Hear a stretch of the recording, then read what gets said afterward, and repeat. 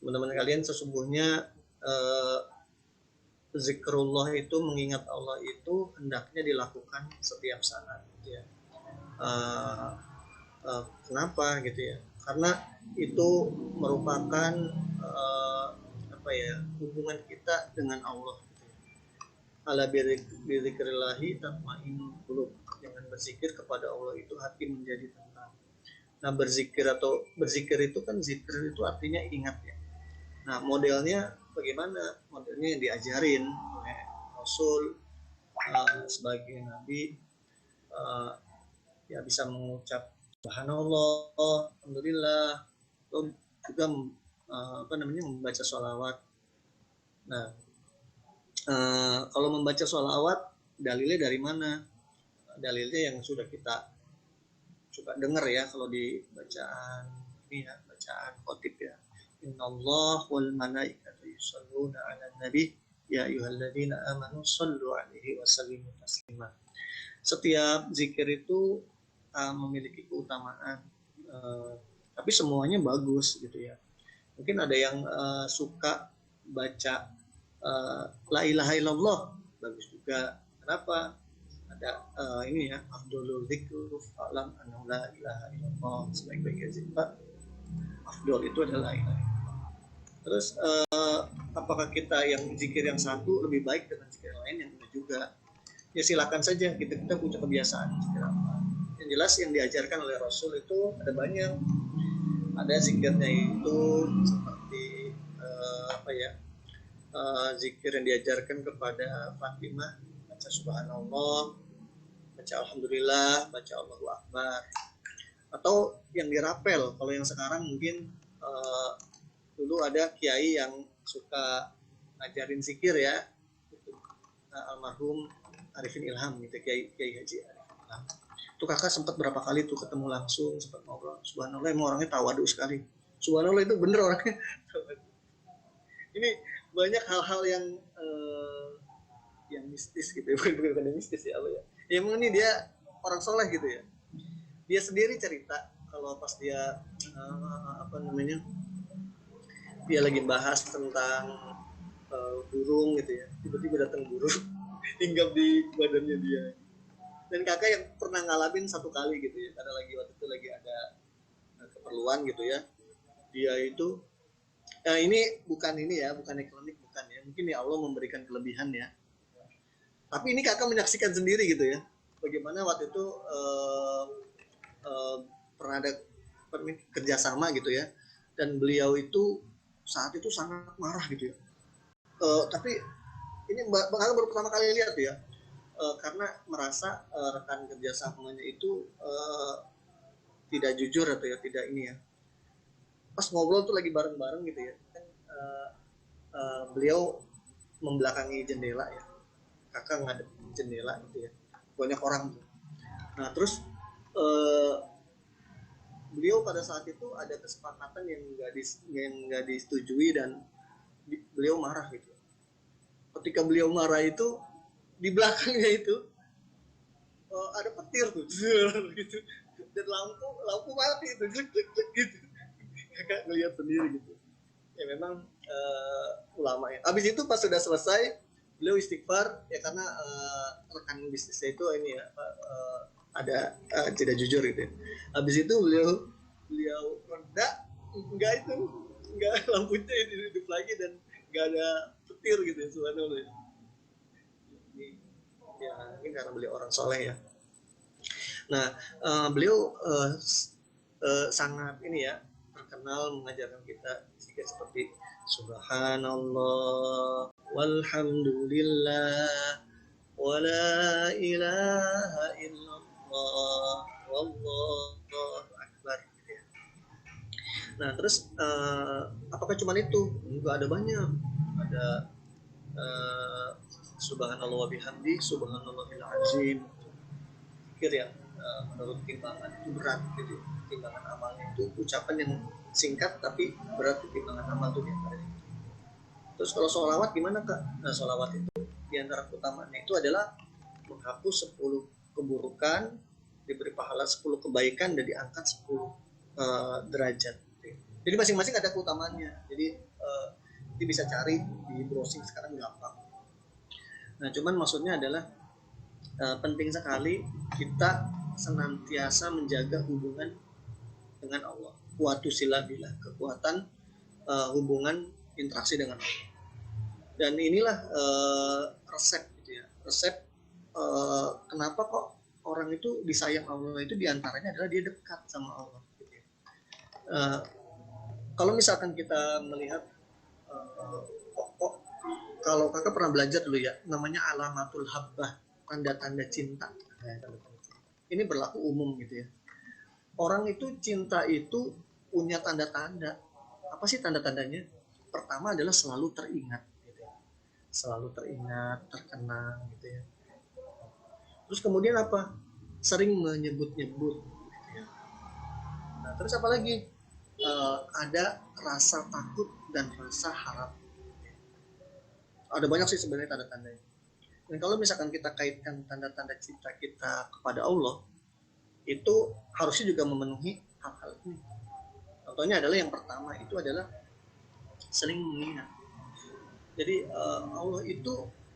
Allah itu sangat bahagia kepada hambanya apabila dia bertaubat. Bahkan dalam sebuah hadis itu Allah itu kalau misalkan kita hambanya itu mendekat kepada Allah itu sedepak ya segini ya, Allah mendekat segini gitu ya. Kalau kita mendekat dengan berjalan, maka Allah mendekat dengan berlari. Nah, ini kiasan ya. Tapi dulu terkenal banget tuh ada namanya lagu Bimbo ya. Ada yang pernah dengar? Tapi udah tua banget ya, mudah-mudahan tahu ya. Aku dekat, engkau dekat. Gitu kayak gitu. Terus hati adalah cermin gitu ya. Anda cari di lagu Bimbo ya. Itu bagus banget. Itu emang liriknya itu yang berdasarkan hadis gitu ya. Dan kalau nggak salah yang bikin syairnya itu Taufik Ismail. Sekarang udah nggak ada ya. Nah, maksudnya apa? Jadi Allah itu sesuai persangkaan hambanya. Dan ketika kita itu berusaha untuk mendekat kepada Allah itu sangat senang sekali gitu ya. Bahkan ketika kita berusahanya itu seolah-olah sambil berjalan, Allah itu mendekati kita seolah-olah. Dan bahkan di hadis yang lain itu Rasulullah menyampaikan bahwa Allah itu begitu senangnya itu ketika hambanya bertaubat itu seperti halnya seseorang musafir ya. Musafir itu berarti orang yang sedang dalam perjalanan jauh gitu ya. Ya kalau zaman dulu mungkin di padang pasir, kemudian padang pasir tersebut dia panas-panasan naik unta gitu ya. Terus kemudian tiba-tiba di padang pasir tersebut lagi meleng gitu ya, untanya pergi lari gitu ya. Padahal di unta tersebut ada makanan, ada pakaian, terus ada persediaan gitu ya. Dan musafir itu gitu ya, itu perumpamaan ya. Musafir itu kebingungan, di mana nih unta saya nih? Saya mau lewat mana, naik apa nih? Terus makanan saya nggak ada dan lain-lain. Nah, suatu saat ketika dia lagi kebingungan, tiba-tiba untanya datang, deketin gitu. Nah, itu apa yang terjadi? Tentu si musafirnya itu sangat bahagia. Nah, di sini Rasulullah mencontohkan bahwa sebenarnya Allah itu senangnya apabila hambanya bertaubat itu lebih bahagia daripada itu, gitu. Daripada seorang musafir yang kehilangan unta dalam perjalanan itu. Nah, itu artinya adalah Allah itu sangat sayang kepada kita. Dan bahkan di antara bukti sayangnya itu adalah Allah itu mempunyai surat sendiri tentang cinta ya, Ar-Rahman, surat Ar-Rahman. Nah, teman-teman silakan tuh hafalin tuh Ar-Rahman tuh. Dulu kakak waktu mau nikah ngapalin itu. Bagus banget itu. Nah, tapi jangan pas cuma mau nikah doang. Maksudnya ya kita hafalin dah, bagus kan. Nah, tuh teman-teman sekalian, tadi tanda-tanda cinta yang pertama itu adalah selalu mengingat. Nah, ketika ini berlaku umum gitu ya. Kalau kita suka gitu ya dengan sesuatu, kita akan terkenang, teringat-ingat gitu ya. Kita lagi apa, ingat gitu ya. Nah, kalau misalkan kita nanti kaitkan dengan cinta kita kepada Allah, ya kita teringat Allah itu tadi aja, Allah aja sayangnya sama kita seperti itu. Nah, bagaimana kita nggak lebih sayang lagi gitu kan? kita mengingat Allah itu bagaimana caranya, diantaranya dengan berzikir, mengingat Allah. Makanya jangan sampai kita mungkin dalam perjalanan naik motor itu kosong tuh, ngelamun, ada nyanyi. Boleh nggak sih Kak nyanyi? Ya boleh aja, cuman maksudnya porsinya jangan berlebihan. Maksudnya kalau nyanyi kan nggak dapat pahala, kalau berzikir kan dapat pahala. Nah coba mendingan cari yang dapat pahala gitu. Ketika lagi naik motor baca subhanallah, subhanallah, subhanallah, atau baca sholawat Allahumma sholli ala sayyidina. Nah sholawat juga macam-macam ya. Ada yang Allahumma sholli ala sayyidina Muhammad wa ala sayyidina Muhammad, ada macam-macam dah ya.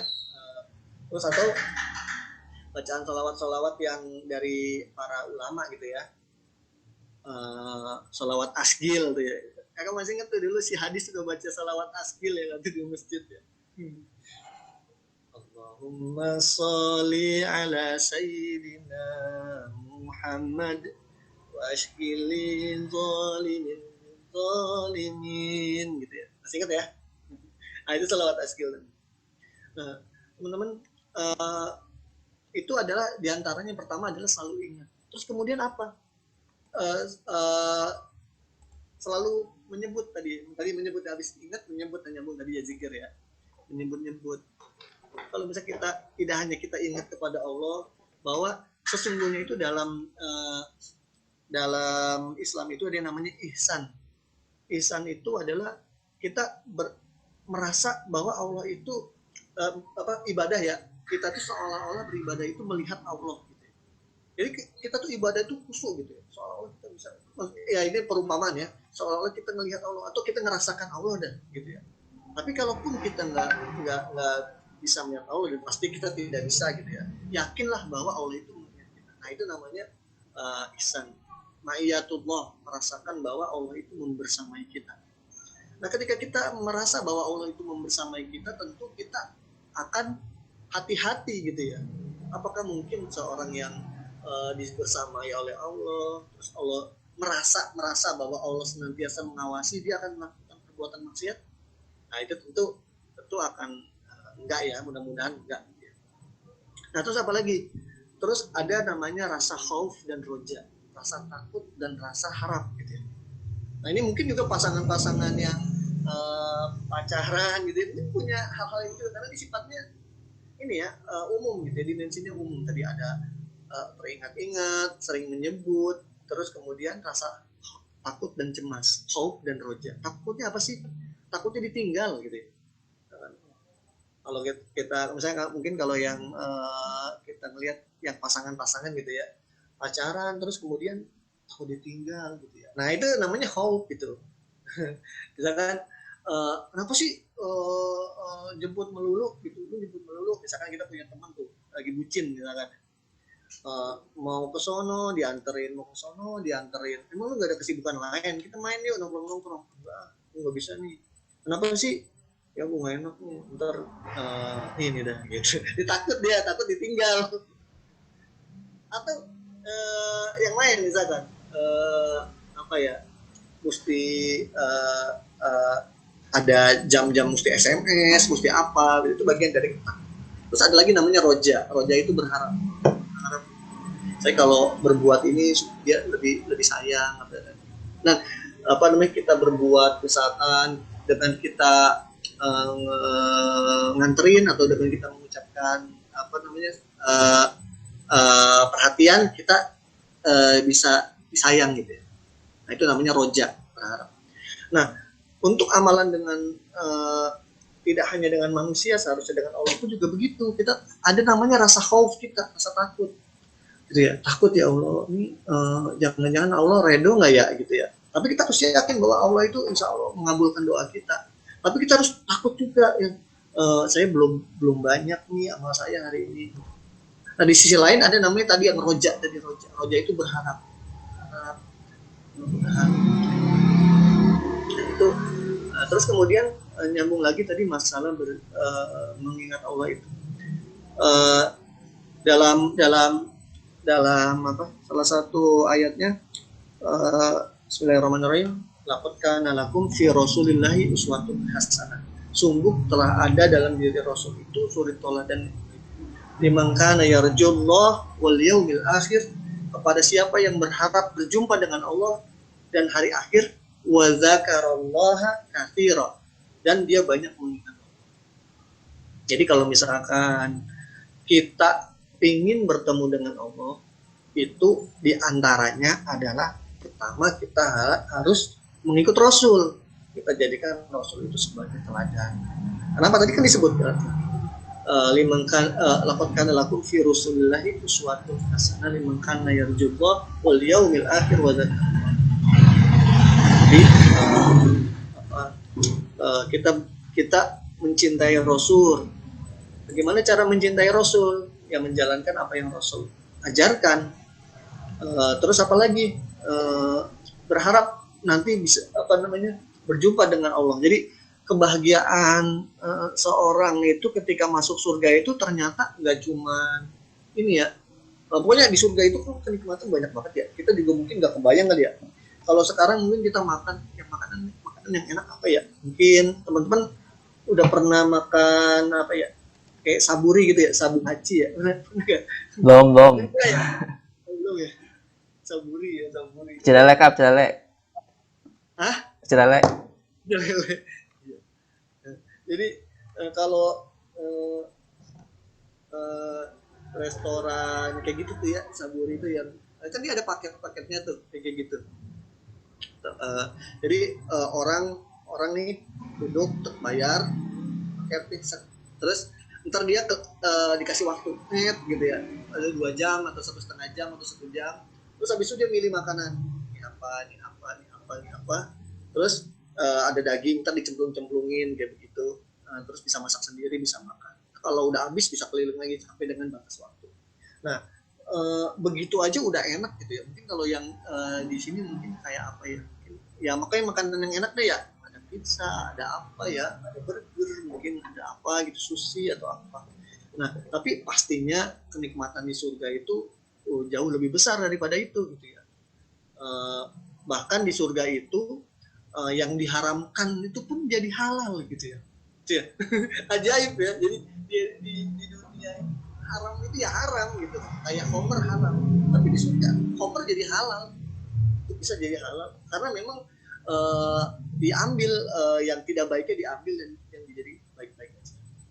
Nah terus apa lagi, orang kalau di surga itu kalau makan itu dia itu nggak buang air. Terus bagaimana kak? Dia keluar lewat keringat, dan keringatnya pun menjadi seharum kasturi. Semua bagus semua dah pokoknya dah. Nah terus apa lagi yang dipasang-pasangkan dengan bidadari gitu ya. Dalam surat Ar-Rahman itu bidadari ini juga bukan bidadari biasa gitu ya. Bidadarinya itu yang dipingit gitu ya. Dipingit itu apa ya? Nggak tersentuh oleh jin dan manusia gitu ya. Itu betul-betul perawan gitu ya, perawan penting. Pokoknya yang terjaga lah ya, matanya terjaga, tidak pernah tersentuh gitu ya. Luar biasa. Nah itu adalah janji yang akan Allah berikan. Nah tapi ada yang lebih menarik gitu ya. Ternyata di surga itu para penduduk surga itu, penduduk surga itu diceritain sedikit ya kebahagiaan gimana ya. Di antaranya itu mereka memang ada klaster-klasternya. Jadi kayak di komplek ya. Ada yang klasternya klaster elit gitu ya. Misalkan perumahan Pondok Indah kayak gitu ya. Terus ada yang klasternya klaster biasa gitu ya, Pondok Kacang gitu. Pondok Indah, Pondok Kacang gitu. Atau Bintaro gitu. Nah itu kita sekarang udah bisa kita rencanain sebenarnya. Bagaimana kak? Ya udah tinggal kita cari aja ayat-ayat yang berkaitan dengan itu. Misalkan kan surga itu ada macam-macam. Nah, dan surga itu ya merupakan klaster-klaster elit gitu ya. Walaupun mungkin yang serendah-rendahnya surga itu sebaik-baiknya dunia ya, dan pasti jauh lebih berkali-kali lipat lebih baik. Tapi kalau misalkan kita mau klaster yang elit ya tentu ada masing-masing, ada caranya, ada syarat dan ketentuan berlaku gitu ya. Nah teman-teman sekalian, maksudnya apa?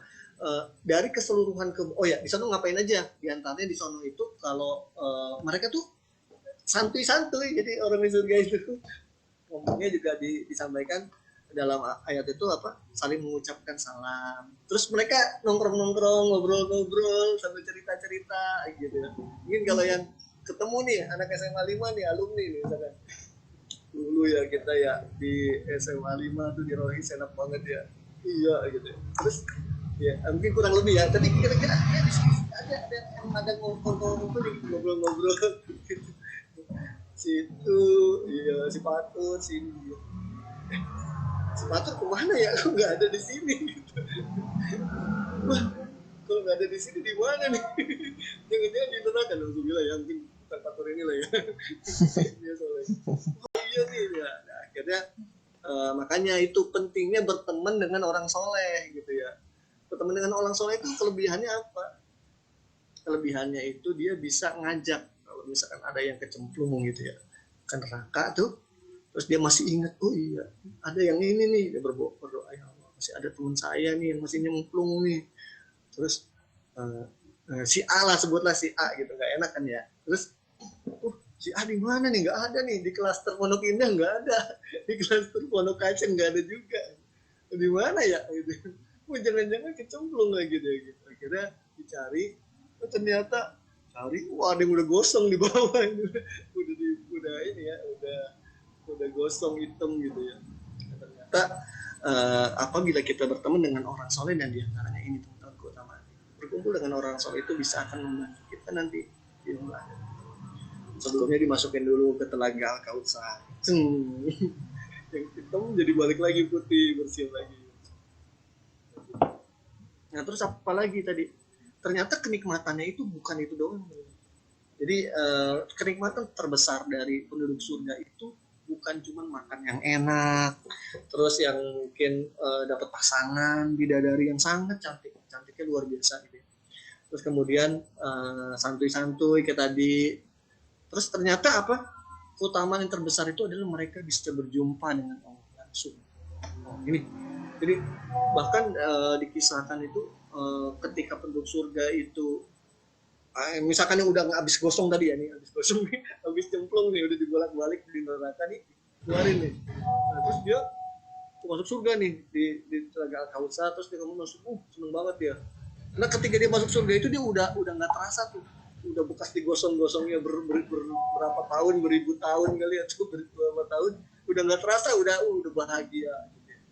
Tapi ternyata ada lagi yang lebih bahagia ketika mereka berjumpa dengan Allah. Berjumpa dengan Allah itu adalah kita berjumpa dengan pencipta kita, pemilik kita, dan keindahannya itu luar biasa ya, yang kita nggak bisa ngebayangin deh. Pokoknya intinya sangat berbahagia sekali. Nah, diantaranya adalah bagaimana supaya bisa berjumpa dengan Allah. Diantaranya adalah kita mengikuti Rasul tadi sebagai uswatun hasanah. Terus apa lagi?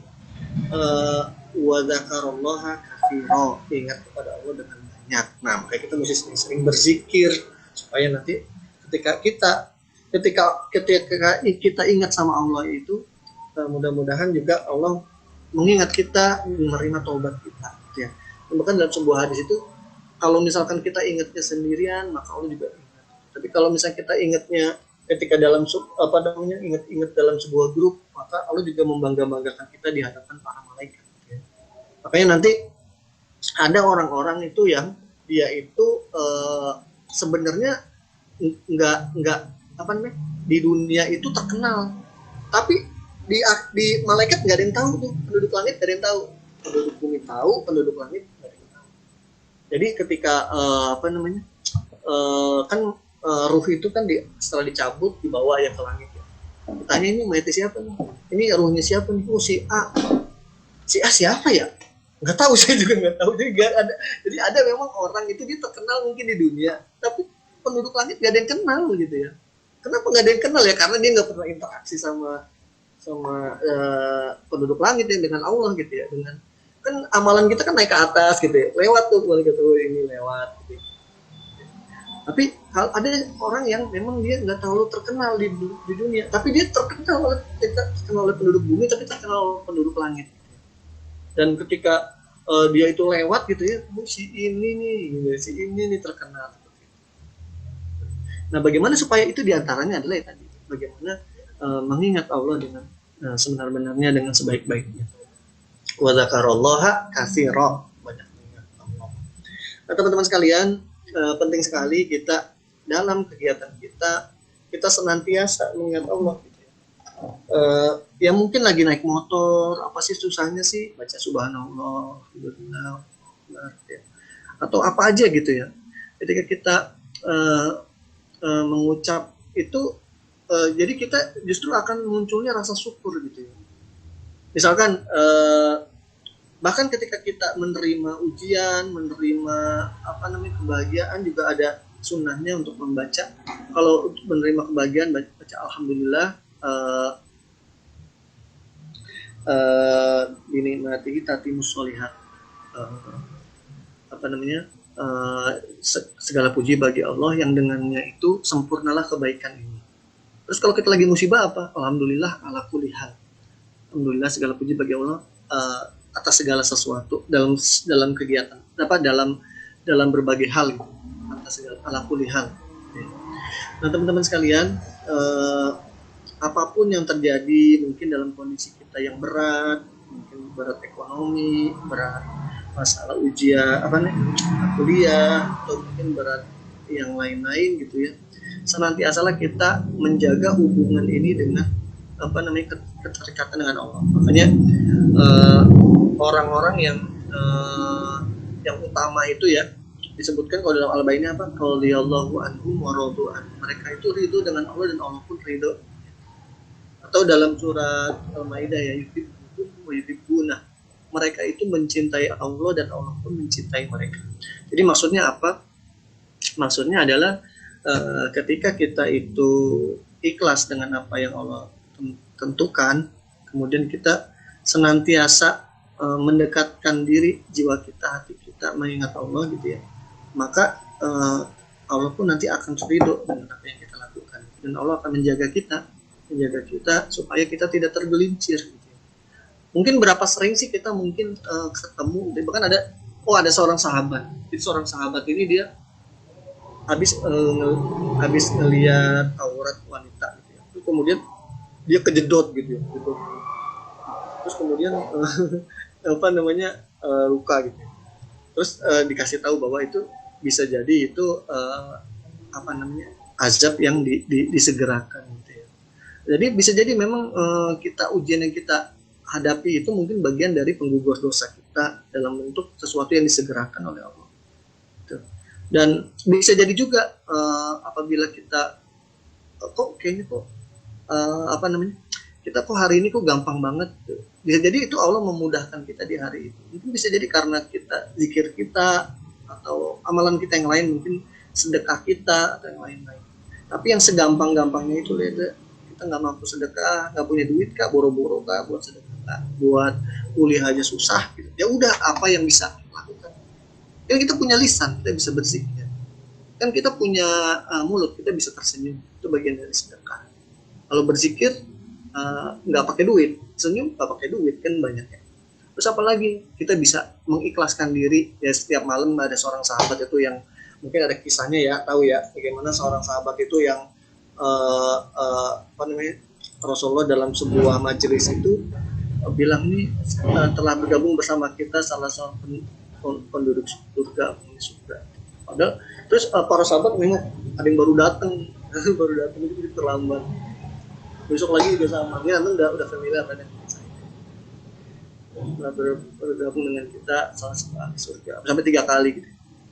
Yang ternyata ketika diselidiki bukan karena amalannya yang semua amalannya sih baik ya pasti ya, cuman maksudnya standar gitu ya. Tapi ternyata amalan yang utama adalah dia senantiasa berlapang dada mengikhlaskan gitu ya. Jadi kalau misalkan ada teman-teman yang dia benci di hari itu, di malam harinya dia hapus kebencian itu dan dia ganti dengan doa, ganti dengan kasih sayang gitu ya. Itu suatu hal yang juga amalan yang tidak mesti mengeluarkan duit ya. Jadi memang amalan itu kan ada yang mesti pakai duit, kayak misalkan haji, sedekah, infak. Tapi kan ada amalan lain yang nggak perlu pakai duit kan, tadi berzikir, terus kemudian bertaubat, terus apa mengikhlaskan apa tadi ya, apabila ada yang iniin kita, mungkin kita punya bencian orang, kita ini kan kita ikhlaskan. Atau ada yang zolim sama kita. Itu teman-teman mungkin sedikit renungan di malam ini. Semoga mungkin kalau ada yang punya masalah, kok kayaknya berat banget sih kak, gitu. Kok saya hari ini kok kayaknya ujian dulu, subang dulu, kayaknya saya sempit banget, kayaknya macam-macam dah. Mungkin bisa jadi ya, mungkin bisa jadi kita mungkin kurang dekat sama Allah. Udah berapa kali kita istighfar, udah berapa kali kita baca sholawat, udah berapa kali kita baca Quran, dan apa namanya, yakinlah bahwa dalam sebuah ayat itu dijelaskan bahwa intan surullaha yang syukurkum wa yusabit aqdamakum. Apabila engkau menolong agama Allah, maka niscaya Allah akan menolongmu dan meneguhkan kedudukan. Itu mungkin teman-teman dari kakak sebagai apa namanya, motivasi, pencerahan buat, terutama buat diri kakak juga gitu ya, dan mudah-mudahan bermanfaat buat teman-teman. Alhamdulillah, kalau takut nanam karin bisa disediakan. Assalamualaikum warahmatullahi wabarakatuh. Silakan kalau ada yang mau ditanggapi. Waalaikumsalam warahmatullahi wabarakatuh.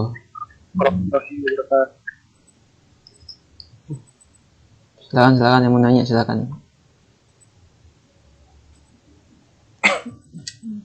Ini kak, saya mau nanya kak, tapi ini kak out of topic kak. Ya nggak apa-apa. Kalau bisa dijawab.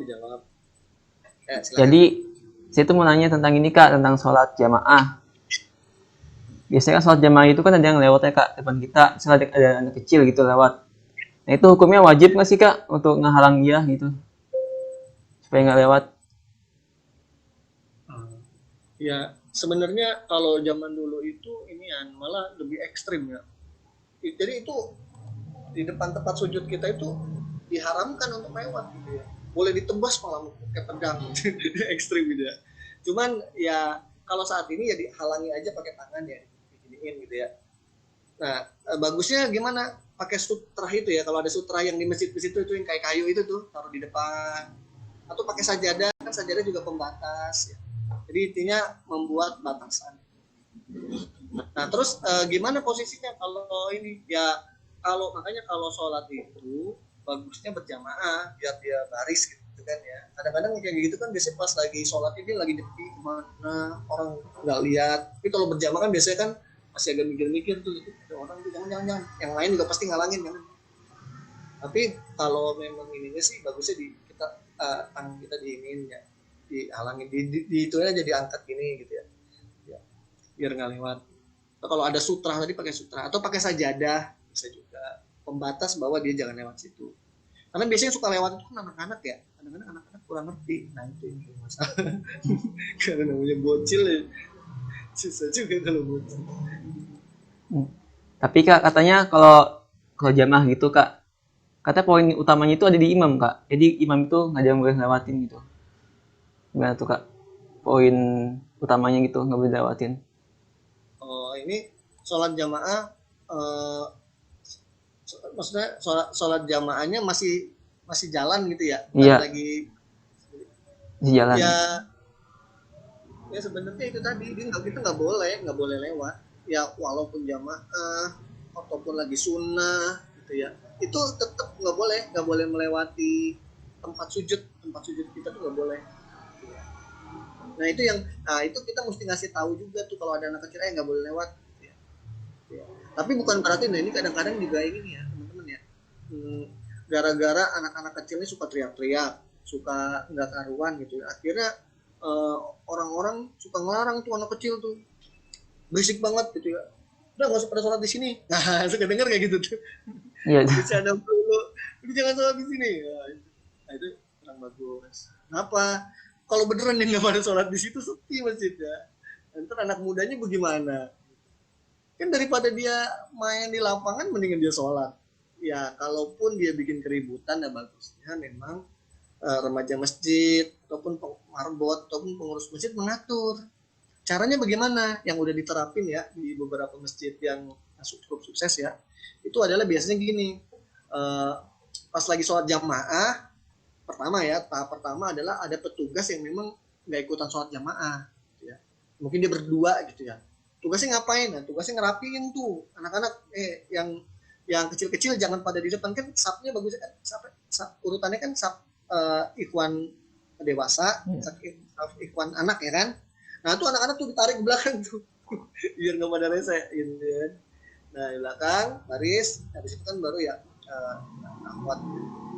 Nah, terus kalau misalkan ada yang jalan, nah makanya ini kalau bisa sih minimal kalau bisa ya ada pengurus masjid minimal 2 gitu ya. Nah ini dia ngamanin pada berisik, jagain, diliatin, tarik-tarikin di sini gitu ya. Nah, nanti nggak jamaah gimana kak? Gampang tuh, udah selesai dia jamaah. Berdua kan dia berdua. Nah tapi kan ganti-gantian, jangan dia melulu nggak jamaah melulu, ntar gantian besok temennya yang lain gitu. Nah, terus abis itu bagaimana? Abis itu setelah anak-anak itu udah mulai bisa diatur, memang ini bagusnya sih anak-anak kalau yang belum sunat mah di belakang, kalau udah sunat masih bisa sih, bahkan dia nggak ada najisnya. Nah itu nanti bisa dimasuk-masukin tuh anak tuh. Jadi misalkan uh, uh, si bapak terus ada anak, terus bapak anak gitu ya. Jadi dia nggak pada ini. Dan akhirnya lama-lama dia bisa kok. Gitu. Sedikit-sedikit bisa. Yang udah diterapin sih begitu, kakak pernah dapat ceritanya begitu. Gitu. Jadi bagusnya ada tim khusus yang memang menjaga anak-anak. Tapi bukan berarti dilarang. Karena kalau anak-anak dilarang malah kagak sholat, malah hilang nanti generasi ini. Daripada anak-anaknya main ke rental PS, ya kan mending ke masjid. Yang berisik kak ya, makanya diatur. Karena udah berisik. Kalau di rental PS kan, ya rese nanti lebih parah lagi, ngerokok, apa segala macam. Ya sih kak, saya sih soalnya ini kak, soalnya takutnya nanti pas lagi halangin kena mukanya gitu, nanti nangis atau kena matanya kecolok gitu. Ya seini aja, nggak usah tinggi-tinggi, tapi cukup untuk ngalangin dia. Ya soalnya ini kan anak kecil yang kayak selutut gitu kan tingginya, selutut tingginya. Oh, Masih balita gitu sih. ya itu. Nah, makanya teman-teman ini juga nih penting juga ya. Jadi apalagi buat sebenarnya gini loh. Kalau kita mau perhatiin ya, ini pernah ada nggak sih kejadian? Pernah ada. Dan itu terjadi pada cucunya Rasul, Hasan dan Husain. Hasan dan Husain juga begitu. Dia pas lagi sholat jalan. Tapi kalau ini ditangkap, tapi diajarin. Dan teman-teman makanya ini namanya fikih ilmu kayak begini ini mesti dipelajari juga. Kayak misalkan bapak-bapak ya kalau emang dia belum bisa, anaknya belum bisa ke masjid, misalkan masih bocil banget ya, umur 1 tahun kan belum bisa ngapa-ngapain, belum hidup ya bocil ya. Oh, misalnya masih lari, apalagi kalau kalau dia nggak pakai pampers kan bisa ngumpul lebih mana lagi ya. Nah ini bagusnya emang di, diberikan pemahaman. Jadi jangan mentang-mentang ngajarin anak, kan ada juga ya, ada juga sama sih dulu anak pengen diajarin tuh sholat segala macam. Tapi sebelum ke masjid, kalau dia umurnya belum bisa pipis, ya berarti harus pakai pampers. Tapi juga kalau emang belum bisa ini malah ganggu gitu ya. Nah ini bagusnya ya jangan diajak ke masjid dulu. Atau kalaupun masjid kita harus ada ekstranya kita ngawasin. Jadi kita mungkin posisinya nggak di depan. Punya anak tapi posisinya di depan kan susah ya. Gimana kalau anaknya jalan lari-lari? Bagusnya ya harus saling belajar juga, saling belajar. Dan kalaupun emang diperlukan, pas kalau begitu ngomong ke panitia masjidnya. Nanti perlu dong ada pengajian bahas masalah anak. Jadi pas lagi ada pengajian malam minggu, misalkan pengajian bapak-bapak, tolong dibahas dong kalau misalkan bagaimana sih fikih di masjid itu gitu. Bagaimana sih bagaimana pendidikan anak ketika di masjid, penting tuh. Jadi undang ustadz yang paham masalah psikologi gitu ya. Ya nggak apa-apa, oh hadis yang paham psikologi ngajarin itu. Yang namanya juga anak ya. Kalau yang udah SD mah mungkin udah agak ngertian dikit ya. Kalau yang masih kecil banget kan susah tuh. Ani juga pernah soalnya ngajak anak. Kalau masih bayi kan enak kalau masih ditaruh ya, ngapa-ngapain, main paper sudah selesai. Ya. Tapi pas dia udah agak gede, dia keliling, masya Allah. Pas lagi sujud ada yang diinjek lagi kepalanya. Ya, begitu baru kita harus evaluasi dulu. Ini anak belum layak ini. Makanya diajarin dulu, misalkan kita diajarin di rumah gitu, atau mungkin kalaupun kita emang mesti sholat ini ya kita jangan di depan, di belakang, terus kita pegang. Atau kalaupun emang belum cukup ini ya kita mesti ngertiin, jangan diajak dulu. Ini penting ya, jadi teman-teman ya misalkan ini sekarang hujan nih, kalau hujan ini zikirnya apa ya, ya doa Allahumma shayyiban nafi'an, kalau jadikanlah hujan ini hujan yang berkahan, kan enak ya. Kalau misalkan kita pelajarin ya, semua semua aspek dalam Islam itu nggak lepas dari diajarin kita ada adab-adabnya. Kita masuk kamar mandi apa Allah menunjukkan kubuci wal kobaid pakai kaki kiri, keluar pakai kaki kanan busona kalah koham, kan? Masuk masjid aja Allah muftali abu baromatik, ya kan? Pokoknya adab-adabnya luar biasa. Bagaimana Islam itu mengajarkan kepada kita. Dan pasti apa yang ada di balik itu pengajarannya pasti sesuatu yang juga sangat luar biasa. Kayak misalkan arti-artinya, terus kemudian juga fadilahnya dan lain-lain yang kita pelajari. Itu mungkin dari Kak, mau tanya dulu nggak? Sebentar Kak. Nih, yang saya biasa lakuin sih Kak. ya. Sebentar Kak, sebentar Kak. Oh ya, nih Kak. Jadi kan kadang tuh saya baca niat tuh, kayak misalkan baca niat buat puasa sudah. Saya nggak pakai bahasa Arabnya Kak. Itu nggak apa-apa kan ya Kak? Jadi cuma kayak saya berniat nih, berniat hari ini, itu nggak apa-apa kan? Atau kita dengan cara itu niat niat itu kan sebenarnya bacaan itu lapas itu sebenarnya di di buat walaupun ini tidak wajib ya kan biasanya enggak sih dia kan yang utamanya itu adalah niat. Nah ulama-ulama ini biar dibikin biar kitanya itu fokus gitu apa yang mau kita ini, jadi nggak cuma niat baca doang tapi sebenarnya ada maksud di dalam arti itu harus tahu misalkan usolli wadul maghribi masa rokaatin gitu ya. Coba kalau kita renungi ya sebenarnya itu nggak wajib sebutin itu enggak, cuma memang ulama itu bikin begitu supaya kita ada apa ya keterpaduan ya antara proses kita yang baru datang terus kita akan masuk ke tahapan sholat gitu ya.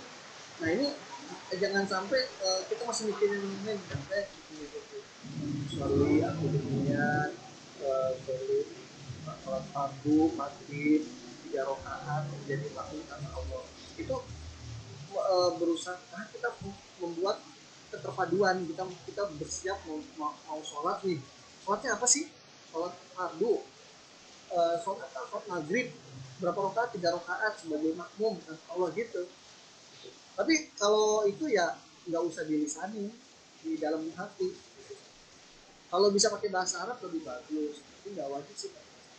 Jadi kayak gitu. Nah, apa sih namanya? Yang penting ya kita tadi niat tadi gitu ya. Misalkan kalau misalkan kan kadang-kadang kan kalau itu kan ulama ya luar biasa ya, ulama itu karena keilmuannya alim ya membuat itu. Kadang-kadang kalau misalkan kita coba bayangin ya kita baru datang ya habis main Mobile Legend ya kan, main nih aja ngomong was Allahu Akbar gitu ya, kita belum nyiapin niat ya masuk kebayang tuh lagi battle ya sudah. Wah ini kebayang gitu. Nah itu niat buat mempersiapkan diri kondisi kita. Biar kita mempersiapkan diri kita mau sholat maghrib 3 rakaat gitu kan. Nah dari situ kita masuk ke prosesi sholat tadi. Sholat itu nanti kita ada bacaan sholat. Nah kalau bisa apa nggak cuma hafal tapi tahu artinya. Itu ketika kita apa ya bacaan itu kan dia memandu kita ya, menuntun kita supaya kita bagaimana khusyuk ketika diucapin Al-Fatihah kita sambil mengingat bahwa saat Allah alhamdulillah segala puji Bismillah dengan menyebut Allah menyayang alhamdulillah segala puji bagi Allah. Jadi kita meresapi bacaan-bacaan itu dan kita tahu artinya, itu akan lebih mudah untuk mencapai. Soalnya kita tadi habis di sini nama apa? Kalau kita nggak khusyuk itu nanti masih kebayang. Dan itu masih mending ya kalau cuma kebayang doang. Justru lupa lagi kalau nggak ada. 2 atau 3 ya. Dia mau 4 ya. Nah itu juga dah. Saya kayaknya tadi 3 nih kayaknya. Lebih parah kan.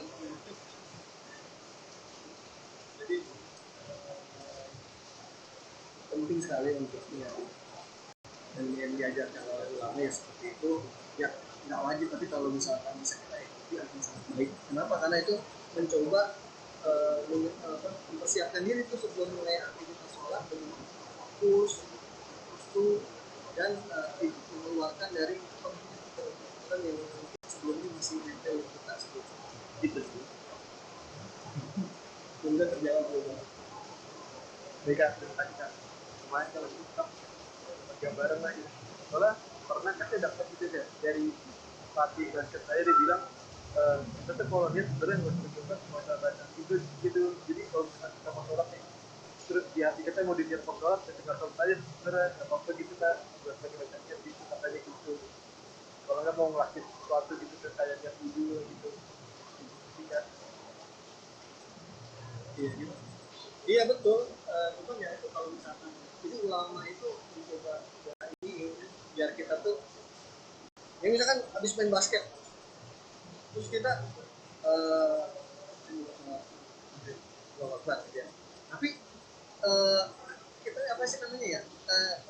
Rohnya belum nyampe nih masih di lapangan. Jadi kita masih kebayang apa ada di kayaknya oh ini kurang nih, teknik kurang canggih. Nah, makanya dibikin seperti itu biar memudahkan kita. Bahwa pakai kita renung itu ketika kita mengucapkan usolli ya. Makanya kalau kalau yang mazhab sapi itu kita lihat itu khusus sekali ya Allah itu pas penarikan Allah Akbarnya itu dia dibaca tuh maghrib di sana satu Allah itu khusus harus khusus di ini pertama di takbir kelima dan dia dibaca di sini